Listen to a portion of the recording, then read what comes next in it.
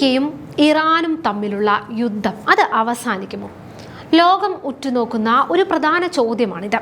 നിലവിലെ സാഹചര്യങ്ങളെ വിലയിരുത്തുമ്പോൾ നമുക്ക് ചില കാര്യങ്ങൾ മനസ്സിലാക്കാൻ സാധിക്കും. അതിൽ പ്രധാനപ്പെട്ടത് നമ്മുടെ ട്രംപിന്റെ തന്ത്രവും വാഗ്ദാനങ്ങളും തന്നെയാണ്. ഡൊണാൾഡ് ട്രംപ് എപ്പോഴും വലിയ ഡീലുകളിൽ വിശ്വസിക്കുന്ന ഒരു നേതാവാണ്. തൻ്റെ ആദ്യ ഭരണകാലത്തും അദ്ദേഹം ഇത്തരത്തിൽ പല പ്രഖ്യാപനങ്ങളും നടത്തിയിരുന്നു. നിലവിൽ അദ്ദേഹം പറയുന്നത് ഇറാൻ ഒരു കരാറിന് തയ്യാറാണ് എന്നാണ്. അതുമാത്രമല്ലേ, യുദ്ധം അവസാനിപ്പിച്ച് സാമ്പത്തിക നേട്ടമുണ്ടാക്കാൻ ഇറാൻ ആഗ്രഹിക്കുന്നുവെന്ന് വരുത്തി തീർക്കാനും ട്രംപ് ശ്രമിക്കുന്നുണ്ട്. എന്നാൽ ഇത് കേവലം അദ്ദേഹത്തിൻ്റെ ആഗ്രഹം മാത്രമാണോ, അതോ ഗൗരവകരമായ ചർച്ചകളുടെ ഫലമാണോ എന്ന വരും ദിവസങ്ങളിൽ മാത്രമേ വ്യക്തമാകൂ എന്നാണ് പൊതുവെ വിലയിരുത്തപ്പെടുന്നത്. കാരണം ട്രംപിന്റെ വാക്കുകൾക്ക് പഴയ ചാക്കിന്റെ വിലയാണുള്ളത് എന്ന രാഷ്ട്രീയ നിരീക്ഷകർ തന്നെ വിലയിരുത്താറുണ്ട്. മറ്റൊരു കാര്യം, ഇറാൻ അമേരിക്കയും ട്രംപും മുന്നോട്ട് വെച്ച ഈ നിർദ്ദേശം അംഗീകരിക്കുമോ എന്നതാണ്. നിലവിൽ ലഭ്യമാകുന്ന റിപ്പോർട്ടുകൾ പ്രകാരം ഇറാൻ ഈ നിർദ്ദേശങ്ങൾ പരിശോധിക്കുകയാണെങ്കിലും അവ പൂർണ്ണമായി അംഗീകരിക്കാൻ സാധ്യത കുറവാണ് എന്ന റിപ്പോർട്ടുകളാണ് വരുന്നത്. അതിനുള്ള പ്രധാന കാരണങ്ങൾ എന്തൊക്കെയാണെന്ന് നമുക്കൊന്ന് പരിശോധിക്കാം. ഇറാന്റെ ആണവ പദ്ധതി, അതാണല്ലോ അമേരിക്കയുടെ പ്രധാന പ്രശ്നം.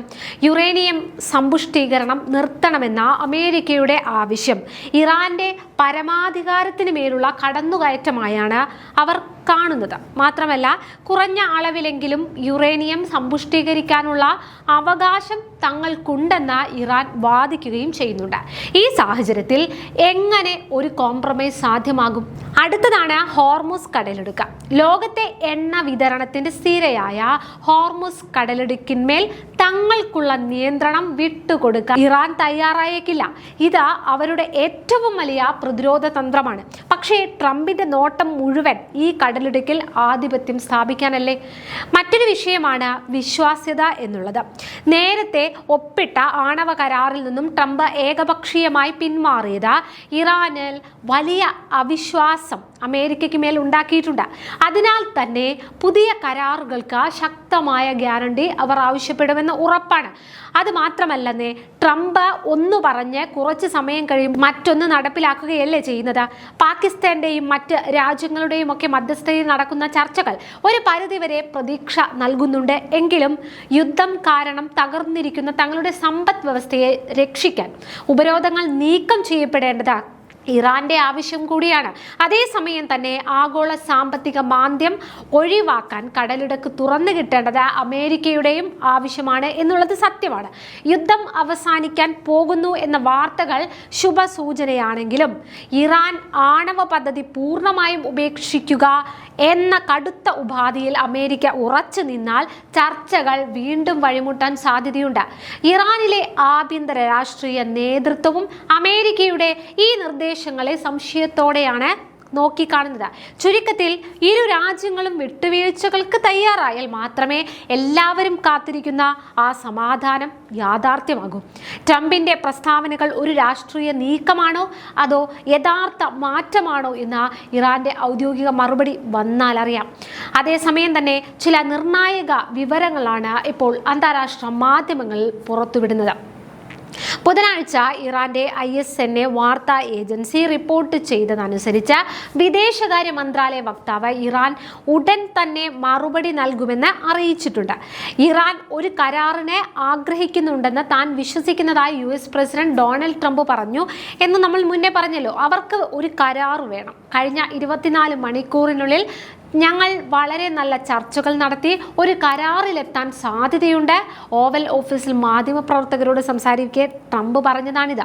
തടസ്സപ്പെട്ട കടലിടുക്ക് വീണ്ടും തുറക്കാനുള്ള പ്രൊജക്ട് ഫ്രീഡം സമാധാന ചർച്ചകളിലെ പുരോഗതി കണക്കിലെടുത്ത ട്രംപ് ഒരു ദിവസം മുൻപ് നിർത്തിവെച്ചിരുന്നു.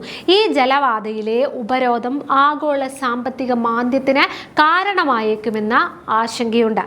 ലോകത്തിലെ എണ്ണവാതക വിതരണത്തിന്റെ 1/5 കടന്നു പോകുന്ന ഹോർമുസ് കടലിടുക്കിന്റെ നിയന്ത്രണം നിലനിർത്താൻ ഇറാൻ സമ്മർദ്ദം ചെലുത്തുന്നുമുണ്ട്. അമേരിക്കൻ മാധ്യമമായ ആക്സിയോസ് റിപ്പോർട്ട് ചെയ്തത് പ്രകാരം 14 പോയിന്റുകളുള്ള ഒരു രേഖയിൽ ഇരുപക്ഷവും ധാരണയിലെത്താൻ അടുത്തിരിക്കുകയാണ് എന്നാണ്. ഈ കരാർ പ്രകാരം അടുത്ത 12 വർഷത്തേക്ക് ആണവായുധങ്ങൾ വികസിപ്പിക്കില്ലെന്നും യുറേനിയം സമ്പുഷ്ടീകരണം നിർത്തുമെന്നും ഇറാൻ സമ്മതിക്കേണ്ടി വരുമെന്നാണ് ഈ റിപ്പോർട്ടുകൾ പറയുന്നത്. പകരമായി US ഉപരോധങ്ങൾ നീക്കുകയും മരവിപ്പിച്ച ശതകോടിക്കണക്കിന് ഡോളറിന്റെ ഇറാനിയൻ ആസ്തികൾ വിട്ടുകൊടുക്കുകയും ചെയ്യും. കരാർ ഒപ്പിട്ട് 30 ദിവസത്തിനുള്ളിൽ ഹോർമുസ് കടലിടുക്കിലെ ഉപരോധങ്ങൾ നീക്കി ഗതാഗതം പുനഃസ്ഥാപിക്കാനും നിർദ്ദേശമുണ്ട്. ട്രംപിന്റെ പ്രതിനിധികൾ സ്റ്റീവ് വിറ്റ്കോഫ്, മരുമകൻ ജാരഡ് കുഷ്നർ എന്നിവരാണ് ചർച്ചകൾക്ക് നേതൃത്വം നൽകുന്നതെന്നാണ് റിപ്പോർട്ടുകൾ പറയുന്നത്. പ്രാഥമിക കരാറിൽ ഒപ്പിട്ടാൽ പൂർണ്ണമായ ഉടമ്പടിയിലെത്താൻ 30 ദിവസത്തെ വിശദമായ ചർച്ചകൾക്ക് തുടക്കമാകും. എന്നാൽ ഇറാന്റെ മിസൈൽ പദ്ധതികളെക്കുറിച്ചോ മിഡിൽ ഈസ്റ്റിലെ സായുധ ഗ്രൂപ്പുകൾക്കുള്ള പിന്തുണയെക്കുറിച്ചോ ഈ നിർദ്ദേശത്തിൽ പരാമർശമില്ലെന്നത് ശ്രദ്ധേയമാണ്. ഇറാൻ ഇതുവരെ ഔദ്യോഗികമായി പ്രതികരിച്ചിട്ടില്ലെങ്കിലും ചില ഇറാനിയൻ നേതാക്കൾ ഈ നിർദ്ദേശത്തെ തള്ളിക്കളഞ്ഞതായുള്ള റിപ്പോർട്ടുകൾ വരുന്നുണ്ട്. ഈ രേഖ യാഥാർത്ഥ്യത്തെക്കാൾ ഉപരിയായി അമേരിക്കയുടെ ആഗ്രഹങ്ങളുടെ പട്ടിക മാത്രമാണെന്നാണ് ഇറാനിയൻ MP ഇബ്രാഹിം റസായി പരിഹസിച്ചത്. ഇറാന്റെ parliament speaker Mohammad Bagher Ghalibaf operation trust me bro പരാജയപ്പെട്ടു എന്ന സോഷ്യൽ മീഡിയയിൽ കുറിച്ചതായും റിപ്പോർട്ടുകളുണ്ട്. അൽ ജസീറയുടെ റിപ്പോർട്ട് പ്രകാരം നിലവിൽ യുദ്ധം അവസാനിപ്പിക്കുന്നതിനെ കുറിച്ച് മാത്രമാണ് ഇറാൻ ചർച്ച ചെയ്യുന്നത്. ആണവ പദ്ധതിയെക്കുറിച്ചല്ല. ഉപരോധങ്ങൾ നീക്കി ഹോർമുസ് കടലിടുക്ക് തുറന്നു കൊടുക്കുകയാണെങ്കിൽ 2ാം ഘട്ടത്തിൽ മാത്രം ആണവ പദ്ധതിയെക്കുറിച്ച് സംസാരിക്കാമെന്നാണ് ഇറാന്റെ നിലപാട്. യുറേനിയം സമ്പുഷ്ടീകരണം തങ്ങളുടെ അവകാശമാണെന്നും അത് വിട്ടുവീഴ്ച ചെയ്യാനാവില്ലെന്നും അവർ വ്യക്തമാക്കുന്നു. പാകിസ്ഥാൻ വിദേശകാര്യ മന്ത്രാലയം ഈ ചർച്ചകളെ സ്വാഗതം ചെയ്തതായും റിപ്പോർട്ടുകളുണ്ട്. മധ്യസ്ഥർ എന്ന നിലയിൽ ചർച്ചകളുടെ കൂടുതൽ വിവരങ്ങൾ വെളിപ്പെടുത്തി ഇരുപക്ഷത്തിന്റെ വിശ്വാസം തകർക്കാൻ ആഗ്രഹിക്കുന്നില്ലെന്നാണ് അവർ അറിയിച്ചിരിക്കുന്നത്. US-ഉം ഇസ്രയേലും ഫെബ്രുവരിയിൽ നടത്തിയ ആക്രമണങ്ങൾക്ക് ശേഷം ഇറാൻ ഗൾഫ് രാജ്യങ്ങളിലെ US സൈനിക ആസ്തികൾക്ക് നേരെ തിരിച്ചടിച്ചിരുന്നു. ഹോർമുസ് കടലിടുക്കിലെ ഗതാഗതം നിബന്ധനകളില്ലാതെ പുനഃസ്ഥാപിക്കണമെന്ന ഗൾഫ് രാജ്യങ്ങൾ ആവശ്യപ്പെടുന്നുണ്ട്.